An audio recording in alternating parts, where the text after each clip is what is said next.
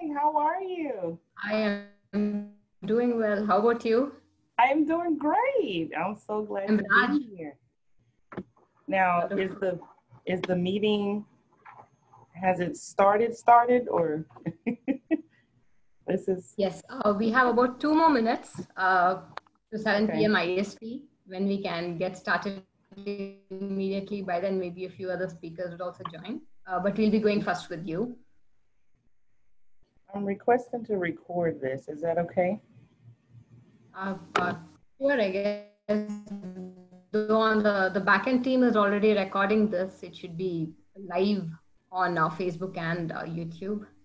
Okay. Awesome. I see some folks in the chat. It's been recording. Okay. I guess. Looks like we are already live. So I will just begin. Ladies and gentlemen, welcoming you all to WEF Bangalore 2020. I'm Raj and I'm the moderator for the session today. The topic is life transitions, how to flourish and not flounder.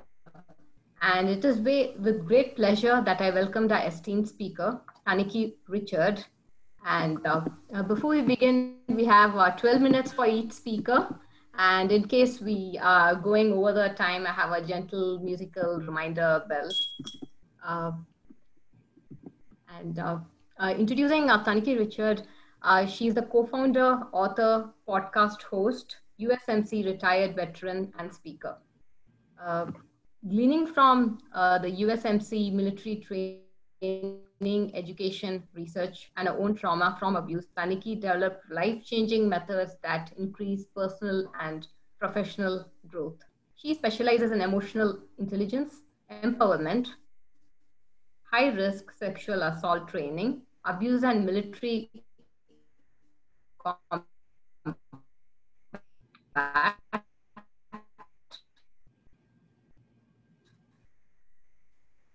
post-traumatic stress. Now, turning the speaker, the stage over to you. The virtual stage is all yours. All right. Thank you so much for the wonderful introduction. Life transitions come in two areas, and I have some notes here to keep me on track because I've been known to be a talker. So I want to make sure I give you all the information that you need in the time allotted. So the two areas we're going to talk about in life transitions is personal and professional. And in many cases, they are intertwined and they can be downright difficult to go smoothly with those life transitions, much less flourishing inside of them. So life doesn't promise luxury and sweets. The reason why people struggle in life transitions are because they do not understand its purpose and they don't accept the journey and they don't understand how to control the experience. So I attended 6 different high schools growing up, serving 11 years in the military and empowering many survivors of abuse in their own healing.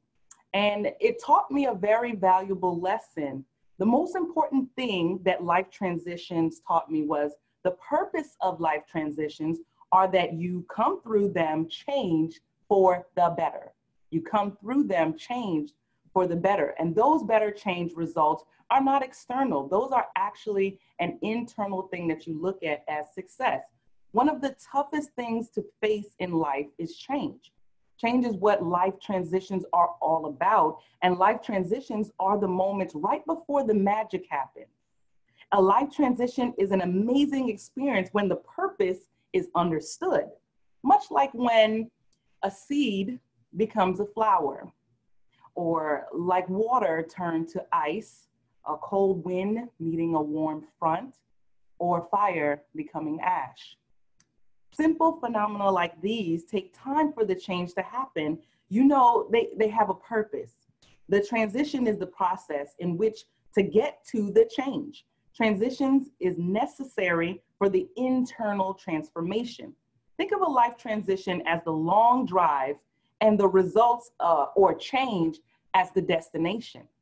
So the way you think positively about life transitions ensures you squeeze every drop of goodness out of life and that life's journey. No more anxiety about practicing patience or frustrated about when or if you're and how you're going to get there. The need to control every single aspect of your life robs you of the opportunity to enjoy the ride. So don't be that miserable child in the back seat always asking life, when are we going to get there, right? So the transition period is inevitable, and I think that's very difficult for some people to understand. When you're on that life path, it's inevitable. You have to go through the process in order to see what's going to happen. And that's how crucial it is for change to be realized. It has to happen. The caterpillar can complain the entire time and experiences it while it's going through its metamorphosis, right? It can complain about eating so much leaves, and then it has to complain about wrapping itself up in the chrysalis and all the silk it has to use. But a negative attitude or a being frustrated or impatient has no bearing on whether or not the caterpillar must emerge as an adult butterfly. So the caterpillar understands its current circumstances has a purpose. And why? Why does they understand it? Because the caterpillar understands that accepting the life transition will eventually allow it to fly. The one great thing that life transitions do offer you is that you are in control of your outlook during those situations, during those transitions. Working double shifts to get out of debt or confronting your trauma from abuse to heal. Those type of things happen just in a process. You are in control of making the emotional choice to remain optimistic while you go through the moments right before that change happens. A positive outlook allows you to easily accept the change of the transitions in your life.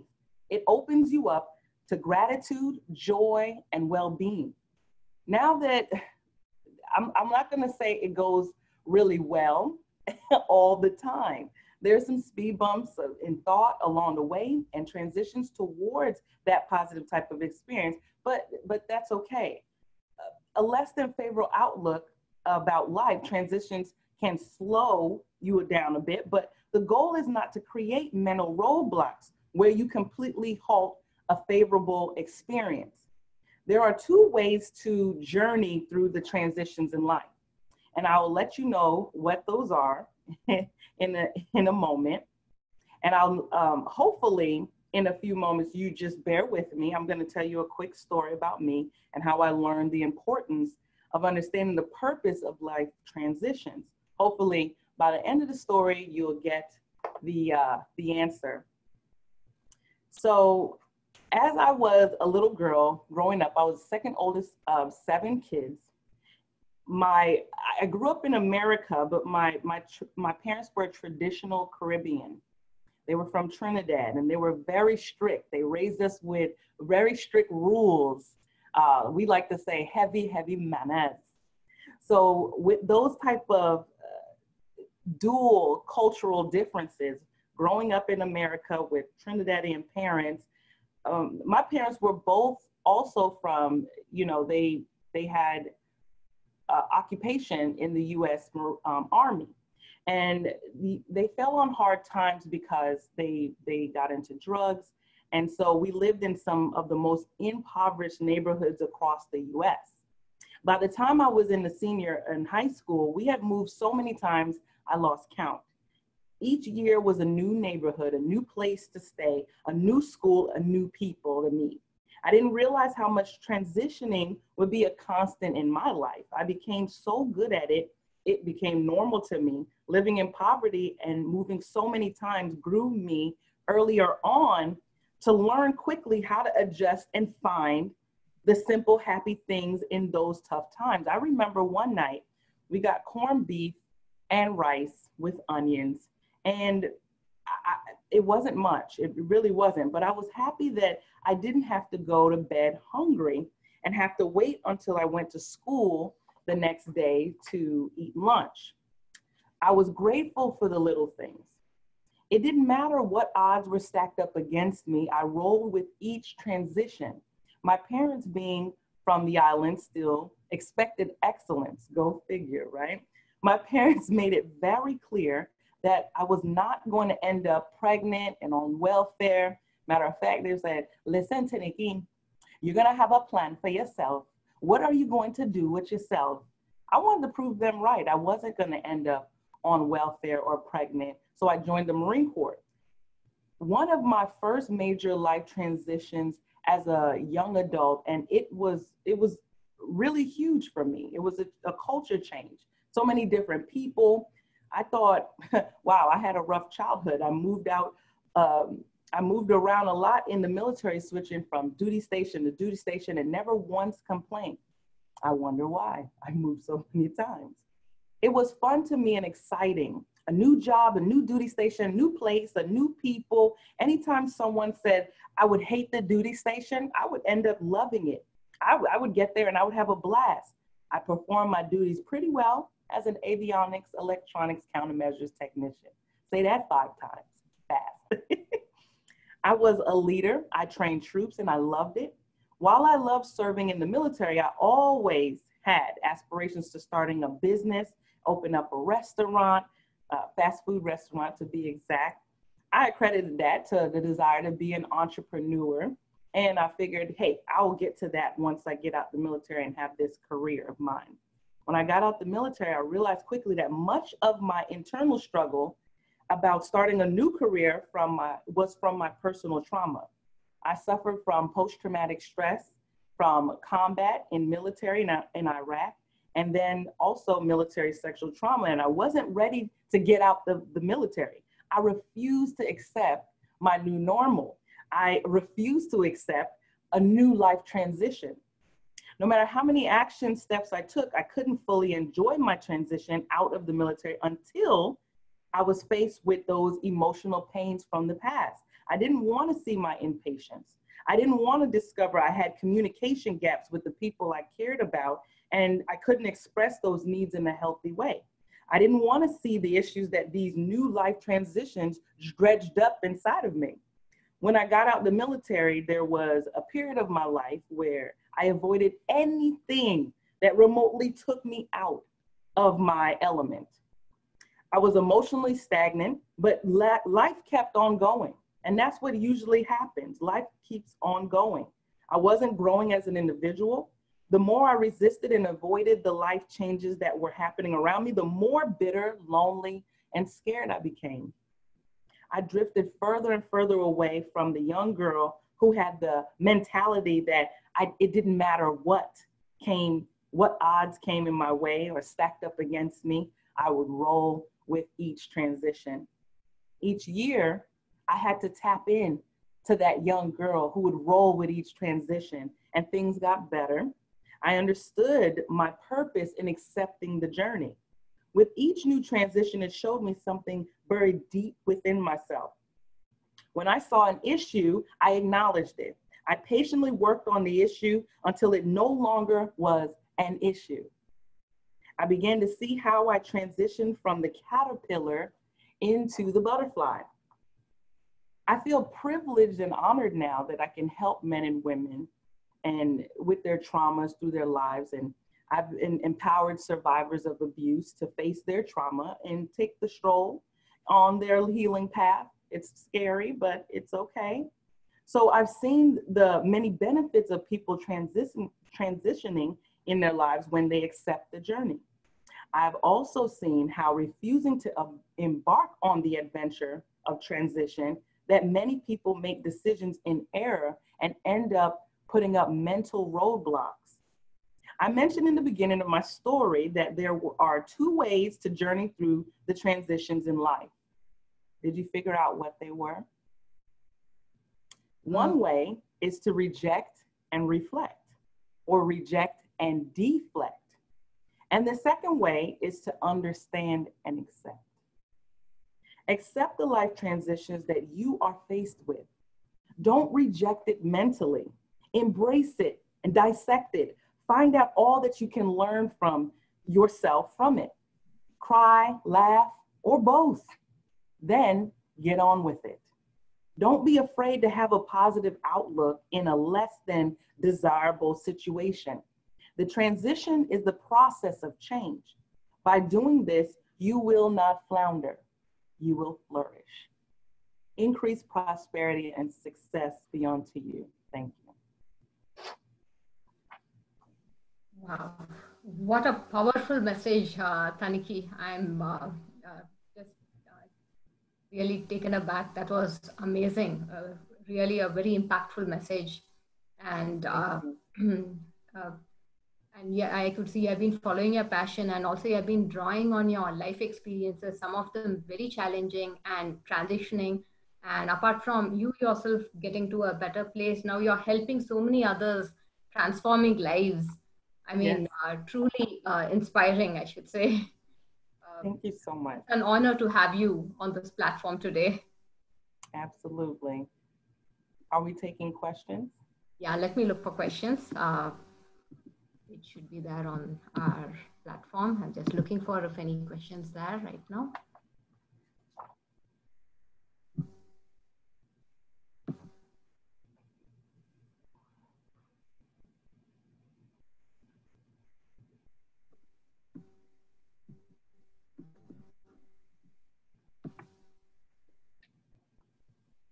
No questions yet.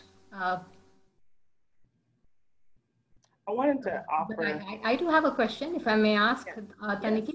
Yes. Before the question, I have a special message for you from Women Economic Forum.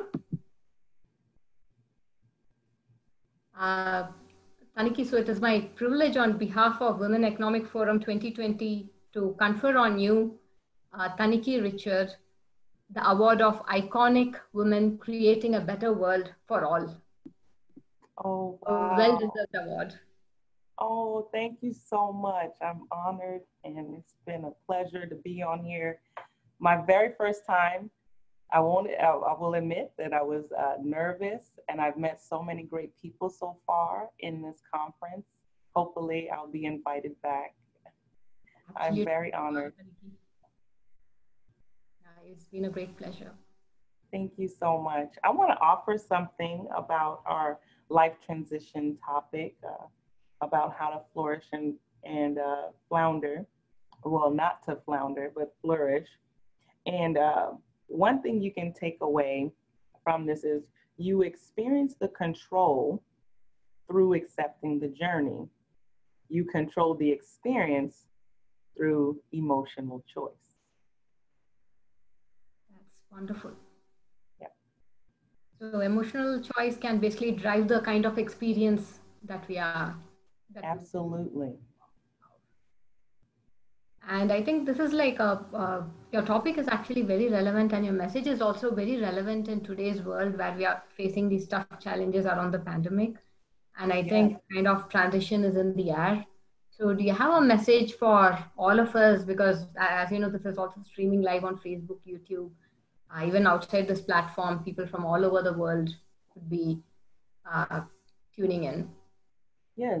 So a lot of times, you know, the COVID-19 pandemic, it happened so quickly. People were just thrown off guard, and that can jolt people for, you know, for the sake of just being in-house, losing some restrictions and being confined to your homes can make you depressed. It can, a lot of alone time, people, idle minds is the worst type of mind to have. Sometimes if you haven't visited with yourself often, everyone is in the hustle and bustle of the world, and sometimes you can get wrapped up in doing, and when it's time to sit still, you're terrified because you're left alone with your thoughts.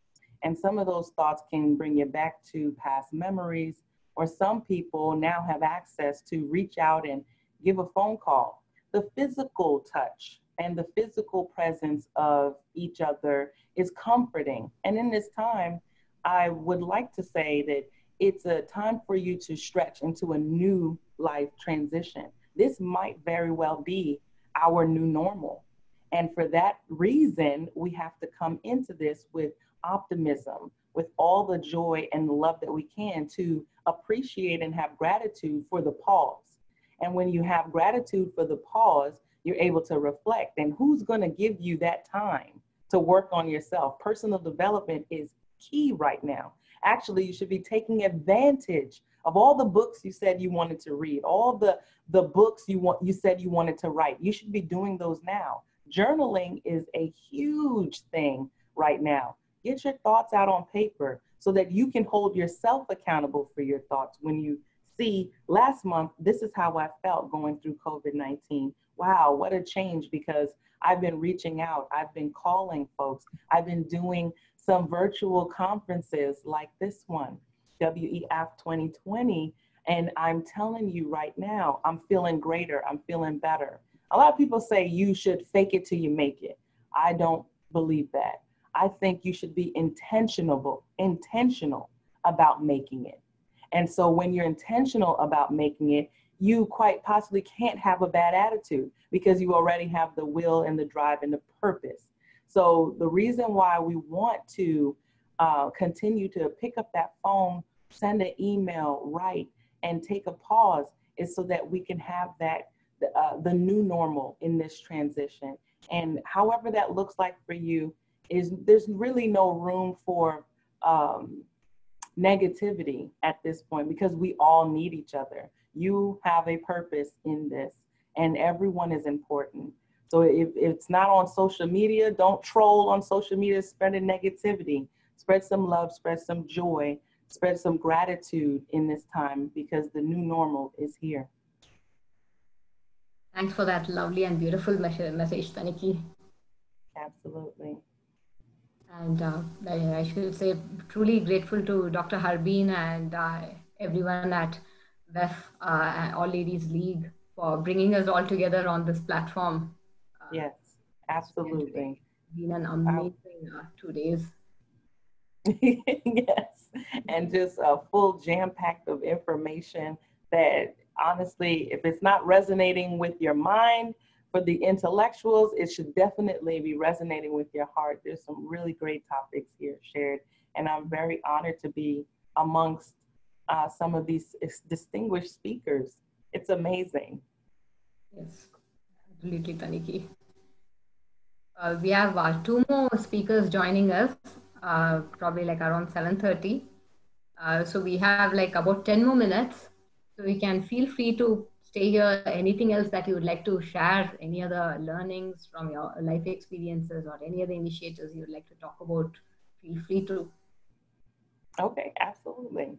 Well, I definitely want in the transition of life, we have, where I specialize is in sexual abuse, domestic violence, bullying, mental, verbal, emotional abuse. A lot of times we as women, we don't get that time to care for ourselves. And mental wellness, I don't like to say mental illness, because that's, again, focusing so much on the problem that it's almost like, well, what's wrong with you? Well, there's nothing wrong with you. People go through things.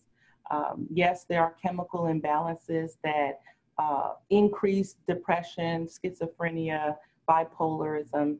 But the fact of the matter is, when we talk about mental wellness and you've gone through a traumatic experience, it's actually natural to have certain defense mechanisms that your mind just automatically reacts when you're in a situation that it could not even be related to what your past trauma, but your body is always in defense mode, fight or flight. And so it's natural to feel like, okay, your body is trying to defend itself, and it's okay to feel like, oh, I don't feel like I'm in control, because you might not want to be scared when you're in the elevator and a person walks onto the elevator, or when you're walking at night, if you were sexually assaulted in the past, when you're walking at night, you feel hypervigilant. And so that's your body's defense mechanism. And we want to bring light to that on where I talk about a lot of the symptoms, a lot of the community that we actually need. We need a safe place to talk about the abuse that has transpired against women, egregious acts against women, that we don't get a chance to talk about it. And so I have professional guests come on my podcast, and they share their story. They offer great job tips if you are interested in knowing about jobs. But the biggest thing is talking through difficult life challenges. And I think it's a great time now in COVID-19 where we can talk about those hard life challenges and some of the trauma that we face on a grand scale. Look, we are all the way across different waters, yet we are all together here for a purpose, for a community. And so I definitely want to bring to light that for any woman that's listening, and if you are struggling with trauma from abuse, it's okay to let someone know.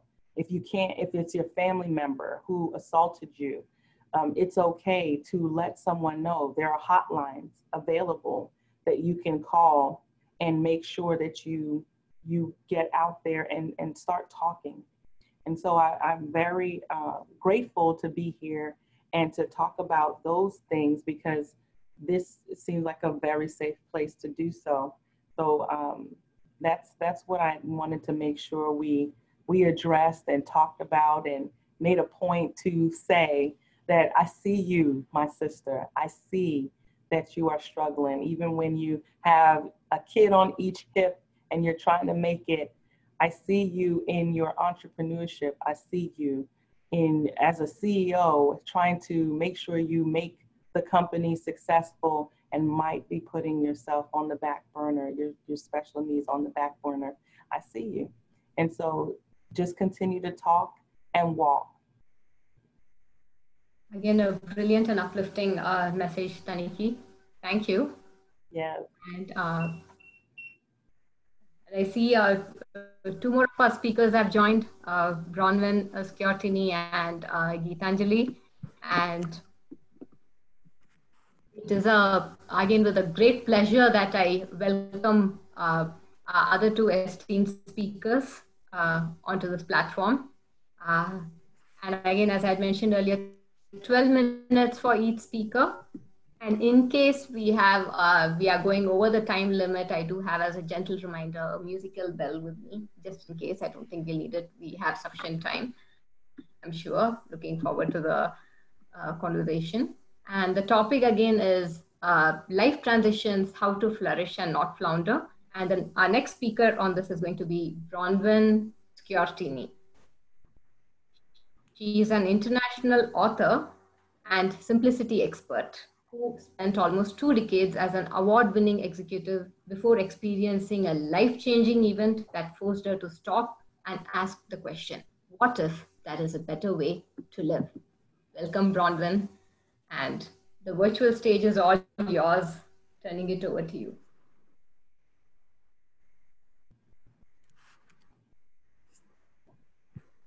Bronwyn, I think you're on mute. I think you would need to unmute yourself. Is that better? Yes, can hear you now. Fantastic. Thank you.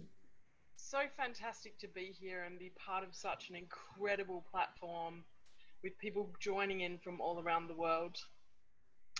You know, life transitions, there are so many of those that we experience in either small amounts every day, or sometimes they come in larger, you know, sometimes they feel like they're a bit more challenging. So I was really privileged to be able to talk on this topic, because I think it's something that is such a massive part of our lives every day. And because we normalize it, because we treat them as things that we have to deal with constantly, sometimes we forget to actually acknowledge the enormity of, you know, what we go through just on a day-to-day basis. And from my experience, one of the biggest things that impacts that is the level of stress and exhaustion that we allow in our lives on a day-to-day basis, and the way that we accept that as normal. I think that, you know, these days we've got to a point where we now believe that being stressed and exhausted is just part of what we have to go through before we're allowed to be successful. And we accept that without actually even taking into account what the real impact on us is from a physical and a mental perspective. And what that does is it creates such an impact on those life transitions. It creates so much struggle around the everyday little things that we're doing and how we're doing that. And that makes life in itself so much harder and so much more complex and so much more noisy than it ever needs to be. My life shattered in the space of less than a minute. I pushed myself so hard and ignored so much of the impact of life transitions that I went from being an award-winning executive to on the floor and unable to cope in everyday life and unable to stop crying. And that happened to me in less than 60 seconds. And the impact of that was so significant. You know, I think we spend so much time as women giving so much to everybody else. Every corner of our lives is under demand, and we spend so much time looking after everybody else, making sure that everybody else is okay. And we don't ever stop to consider where we fit within that picture. And we don't stop to consider what we're doing to ourselves along the way while we do that. So our life transitions for ourselves within our lives, we spend so much time making sure that everyone else is all right. And yet we create such struggle and complexity around our own life transitions. It took me 3 years to recover from being completely burnt out. And I think, you know, most women around the world would understand when I say what it feels like to be exhausted. And not just I've not slept for a couple of nights tired. I'm talking bone deep exhaustion on a physical, mental, and emotional level. And so many of us get to that point, and then we just keep pushing forward anyway. You know, there are so many of us that have literally experienced burnout, and we are not stopping to acknowledge that we've got ourselves there, and we just keep pushing until we completely break. And what I found when I was rebuilding my life is that when we build our lives around simplicity, we build our lives around the things that are important to us. And I've had a lot of people say to me, well, if you're a simplicity expert, that must mean that you deny yourself a lot of things, you miss out on a lot of things, you're a minimalist, you can't have much in your life. And actually, it doesn't mean any of those things. What it means is that you really understand your values. And your values are the things that are really important to you. Find the things that are important to you, and then find the ways to, you know, really simply give those things to yourself. Because when you're connected to the things that are important to you and you give yourself those things in your life, you're giving yourself the things that naturally help you to re-energize and refuel your energy tanks. And what it means is you're not spending every day exhausted. You're not spending every day under stress. You're not spending every day just completely running ragged from this thing to that thing, not being able to say no to anything, running around doing everything for everybody else.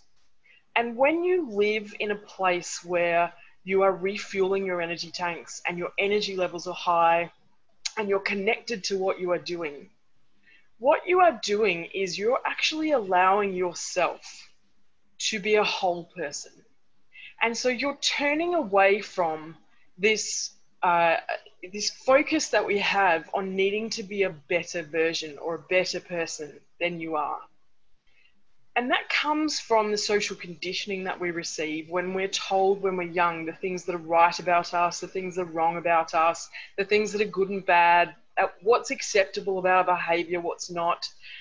You know, the types of jobs that we're allowed to apply for, the types of schooling that we should have, the subjects that we're allowed to choose when we go to school.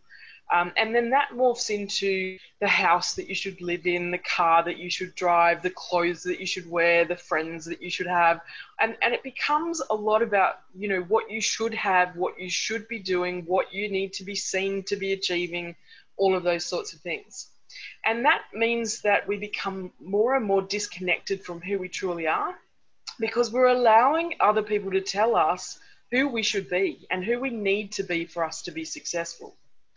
And all of us jump on this really serious drive in life to be successful, but there is no definition of success. And so we're living our lives chasing somebody else's dream and somebody else's pathway, and we're not actually doing things that are aligned with who we are. So when we step back into simplicity and we start to really connect to the things that are important to us, we can start to make our decisions based on the things that are our pathway in life, the things that are there for us, the things that we want to be doing, and the things that constantly give us energy. And that makes it so much easier to get clarity around, where's my next step? What does this look like? Am I enjoying my life? What is it that really makes my heart sing? And what I've found when you step into that space is that you have so much more to give to everybody else around you, because you're coming from a base that's fully fueled all the time, but also you are giving yourself energy when you're doing things. So when you step into that space and somebody wants you to do something, you can immediately see whether or not it's important to you. And if it's important to you, yes, let's run down that pathway. Let's do more of those things. Let's have fun and let's be really engaged with what we're doing. If it's not important to you, then it becomes a question of, well, what's the impact in my life? How is this going to impact my energy, my stress levels, all the other things that I need to be doing? So that way you can more easily flow through those life transitions, and you don't flounder so much anymore because you know what you're doing, and more importantly, you know why you are doing it. And I think it's the why that is left out so often in what we're doing and how we're doing it, because we just get on this pathway and we start pedaling and we feel like we have to speed forwards and we have to get everywhere quickly because life is really visible. And we have this competition going on where we have to be constantly posting in social media and we have to be really visible, and it feels like we have to be achieving every second of every day. Because if we're not, then where are we in comparison to our peers? Where are we in comparison to everyone around us? And it's the comparison that creates so much stress and so much exhaustion in our lives. When you step into simplicity, it makes it so much simpler. It really does make life simpler so that you can move forward in a very, very different way. So life transitions, there's not a lot of difference between a transition and a challenge. It's just a different name for a challenge. And we want challenges in our life because challenges give us a message that there's something for us to stop and have a look at. But we've become afraid of challenges because our life is so visible, and we're so scared that there might be something that goes out there that somebody can start to say, well, hang on, you're not competitive anymore. You haven't achieved as much as you should have. You're not successful. What are you doing? And the reality is that, that is somebody else's opinion. And that opinion is also a challenge in life. And that opinion can be something that you can use to take a pause, stop and say, okay, is there something for me to have a look at here or not? So if you start to use questions to guide your life and really connect with who you are, it makes it so much easier to be connected to your life, to step forward and start to live your life in a really different way.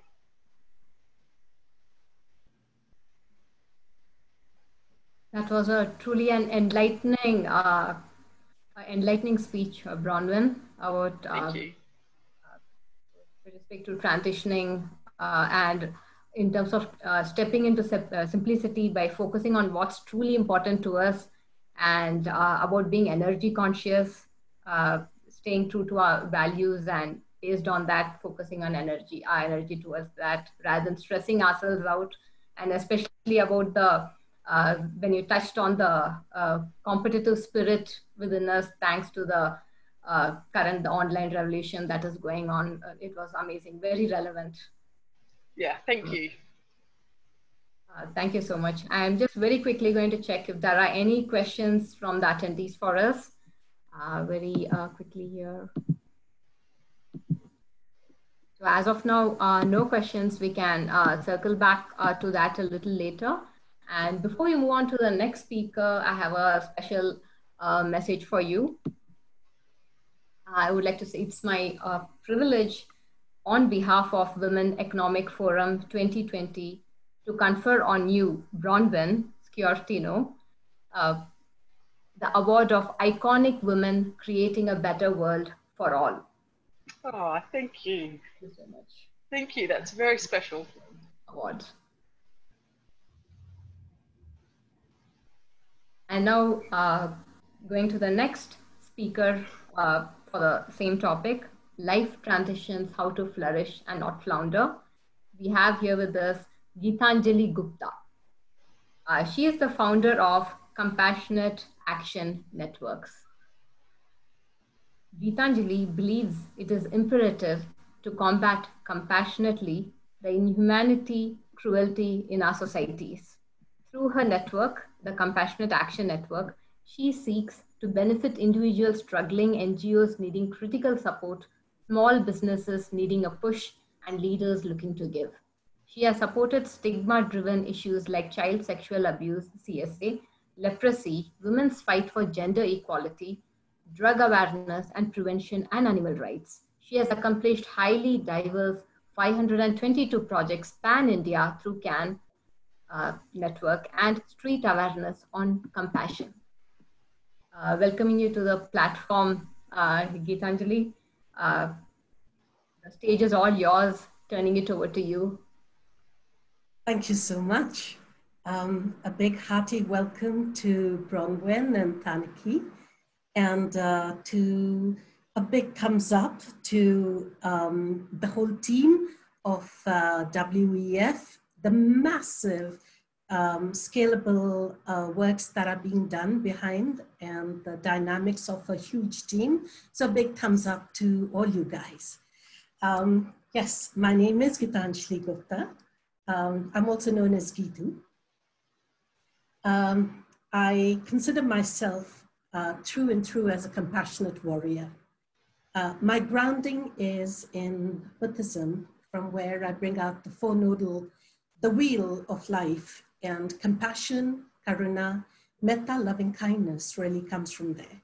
I am driven entirely and have been through my life by compassion. So when I started to undergo trauma, which was from a rather young age, down to, let's say, today, I found that dealing compassionately with myself and with others, whether they were the inflictors or be it whoever who was undergoing trauma, be it a human or an animal, compassion encompasses everything and everything. I would also like to happily caution all of you that I have a congenital heart issue from a very young age. It means that while I appear very smooth right now, it's not likely to be. So I tend to stumble over my words. I have clear issues with memory, and I have hard, happy, thoroughly enjoyable issues, yes, for the audience, with sharper and long-term focus. So I will have to happily look at my notes as I need to refer constantly, or I may just start talking about something else and nobody would want that. So, all right. So to quote, benevolence towards all living beings, joy at the sight of the virtuous.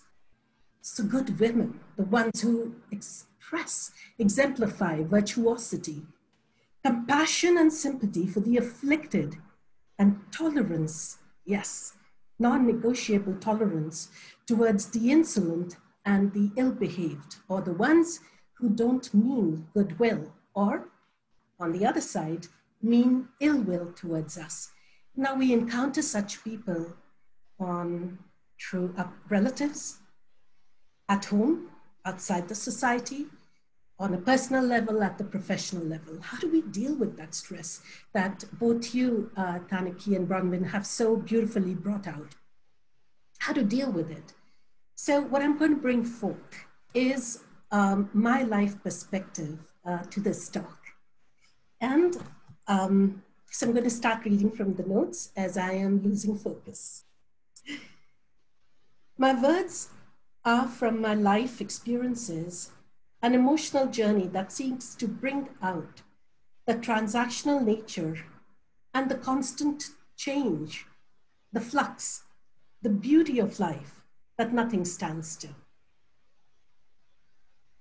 The title, Life's Transactions, Flourish and Not Flounder, is about loving kindness and compassion towards yourself, myself, and the others. And right away, as per my different perspective and my life experiences that I want to bring forth to you, is that floundering is good. So, life transactions, how to flourish and not flounder. I say, go ahead and flounder. As we all know, the oft repeated statement that to make mistakes is good, right? So as you make a lot of mistakes, the stress and the pressure of not making them has to be allowed to be dissipated, right? You can't, as you're being compassionate to yourself, as you're being compassionate to another in the office who's struggling, right? Or as you, I hopefully will express compassion towards me as I stumble more and more, is the fact that I shouldn't be allowed to look over my shoulder. There is no regret. From any mistake, as long as you're not a murderer or a rapist, you can recover. You should be allowed to recover and with fortitude, move forward. So those are the key words here, fortitude and forging ahead. Without repercussions, without constantly looking over your shoulder. All right, so how do you want to know me? Is here an identity issue. Do you want to know me as somebody who has had repeat heart surgeries, whether they are life-threatening or they are corrective surgeries? It doesn't matter.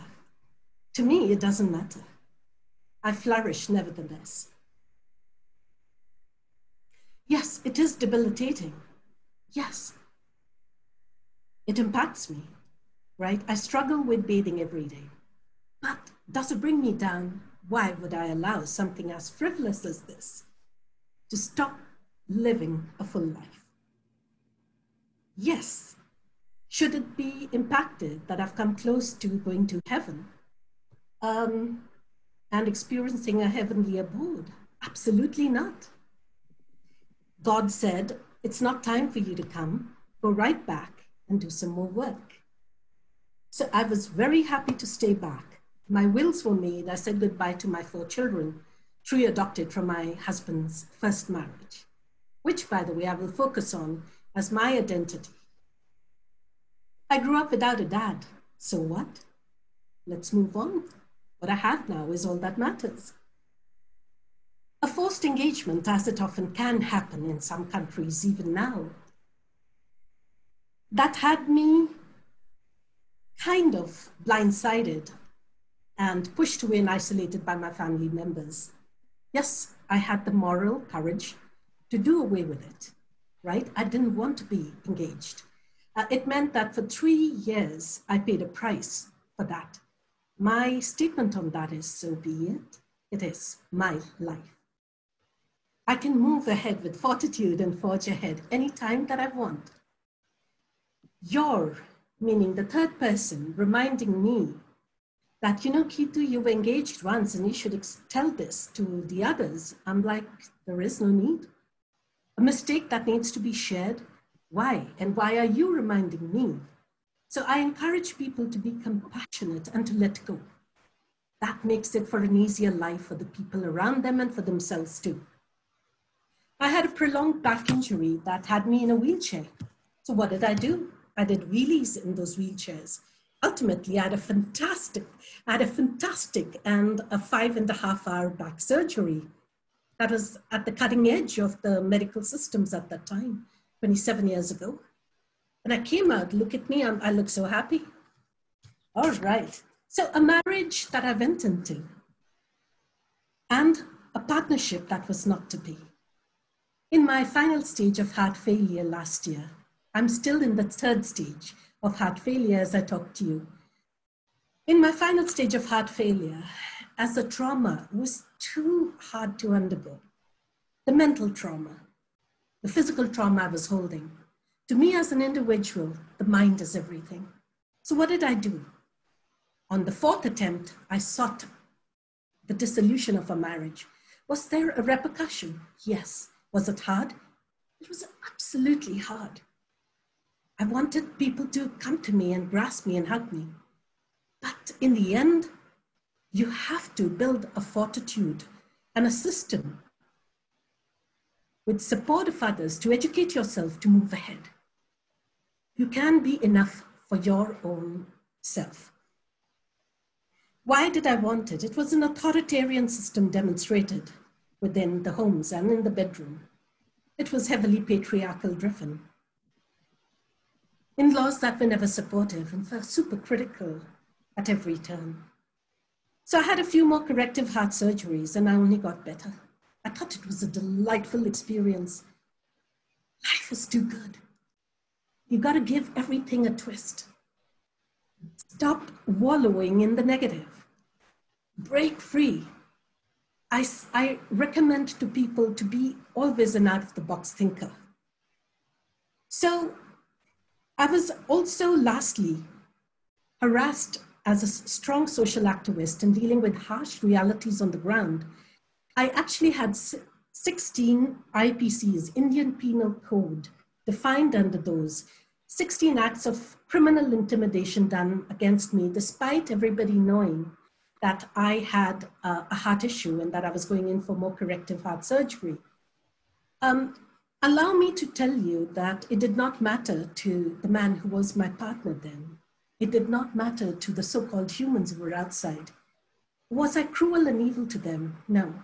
I have learned to develop fortitude through 15 steps that I will quickly share with you after this. And to say, you can go ahead and defeat the ones compassionately. So like I said, I'm a compassionate warrior. You can be a warrior, but still be terribly kind, alarmingly kind, beautifully kind. So who am I today? I'm a highly successful human through my compassionate acts and the pro bono support that I have rendered to around 55 NGOs. They're currently supporting 32 non-stop right now, all pro bono. I'm financially somewhat stable. And why would I not want to give it free to the people around? I have people delivering $100 or $50 or from a well-known educationist from Sydney who sent 2,000 Australian dollars to me. And was I very accountable? Yes, life is too good not to be wide open. And wanting to operate everything with high integrity. So yes, I am a very successful human being. I have taken great care and been an awesome mother to my 4 children, 3 non-biological. I'm heavily vested in social upliftment. I have received quite a few awards before this. Ultimately, what does matter is the upliftment that you do within yourself, coming from the upliftment that you have done outside. So within to without, all both highly positive reinforced words. So I have people reach out to me from all walks of life, some who have never even met me, nor do I care to meet them, because I have given compassionately and I'm able to move with humility. There is no credit needed. In fact, as I'm talking to you, I'm stating things with the beauty of a factual situation. So what would I like to share with you on this? Through a lot of humility, through kindness, empathy, compassion, and loving kindness. As we start with being kindly on a daily basis, we dig deeper into empathy. Then we go into another journey and go into compassion. Ultimately, when you're ready to attain nirvana, you go into loving kindness. How magnificent is that, that you are letting yourself be free of stress as you understand what acts of forgiving yourself and forgiving others, that is compassion in effect, what it is all about, and how you can freely give with zero expectations. So very quickly, life is change any given time. Change is change, it's not stagnant. No need to comply with customs, traditions that create and exemplify stigma or actually create more social problems. Why be a part of such a track? Just do the right, and whatever your approach is, whilst not holding back, as you define your approach, stay compassionate and mindful. Now that ought to be non-negotiable as you operate at the highest elevated standards of your functioning and your human capacity. Third, project calm, logic, and the ability to look at facts or solutions. Let the fluff or the riffraff of unnecessary emotions go. Read up about the good ego, the bad ego, what you straddle, and what is living with a harsh person or a harsh personality, and what it is living in denial with yourself or with another. That requires mindfulness, consciousness, and proactive ability to do that correction, self or outside of yourself. Fear, fifth, read up, challenge yourself on potential outcomes and stop living with fear and the abject acceptance and the status quos that fear drills into us. 6, take that deep dive into fear, strangulating it and the strangulating situations. Let go. Get angry with yourself. Comprehend, increase, and knowledge of that situation and subject. The more you power yourself and your thought processes, the more it enables you into acceptance of a better you and the non-acceptance of the current status quo and says, damn it, I'm going to fight this. 7, take time out to reflect. Reflect, reflect, reflect is the mantra there. Or, yes, improving your current thought processes, creating a change, letting go of negative demons. Tackle, after reflecting, your demonstrated and negative patterns of behavior. That is mindfulness. That is how you improve yourself. You fortify yourself and you learn to dissipate the stress that may be enveloping you or not. Make rules of life, some that are negotiable, some that are non-negotiable, some highly innovative, maybe legal rules, legal guidelines for extraordinary events or situations. I stayed compassionate as I had to file cases back against some of these men. And I stood up for the 6 women. When they left me alone and betrayed me, I viewed it with a degree of, well, let's have the grit and the courage and tackle this. Ask for help, ask for solutions. Don't forget the ones who help. 10, compromise, adjust in life where needed, but never let go your integrity. 11, learn to inculcate comedy and humor. A comedic twist to anything often helps. Unless, by the way, you sound compromising or patronizing. 12, mind control is critical. I always say the mind is everything. If it is staying and straddling the 2 R's, rationality and reasonable attitudes.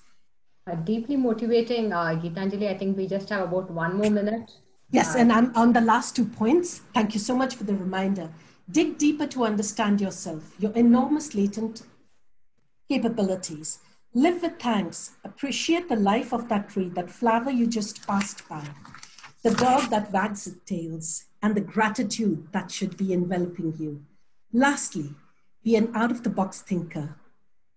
My mantra is be clear, compassionate, loving, empathetic, adaptive, and rational. BECLEAR. Thank you so much for listening. It's been an honor. Thanks, Geetu. That was deeply moving and so motivating about moving ahead with fortitude, forging ahead with compassion towards self and others. And 3 different valuable perspectives by 3 amazingly talented women. And all 3 of you resonated with me. It was about rising about life challenges, about staying compassionate, about staying kind, being energy focused, and so many different valuable takeaways for me, and I'm sure for everyone out there who has been watching this and who will be watching it later, because the recorded sessions will be available. And before we close the session, I have a special announcement to make for you, Gitanjali. It is my privilege on behalf of Women Economic Forum 2020 to confer on you, Gitanjali Gupta, the award of Iconic Women Creating a Better World for All.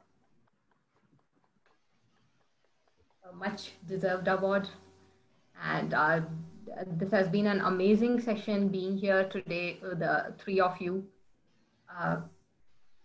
Thank you so much for being here on this platform. And thanks to Dr. Harbeen Arora for bringing us all together from all over the world, and all the folks who have been involved in making this virtual platform a reality. It's amazing. We got like just about a minute and a half. Any one-liner takeaway from the three of you, please go ahead. I would definitely say, for the listeners, take time to take deep breaths often.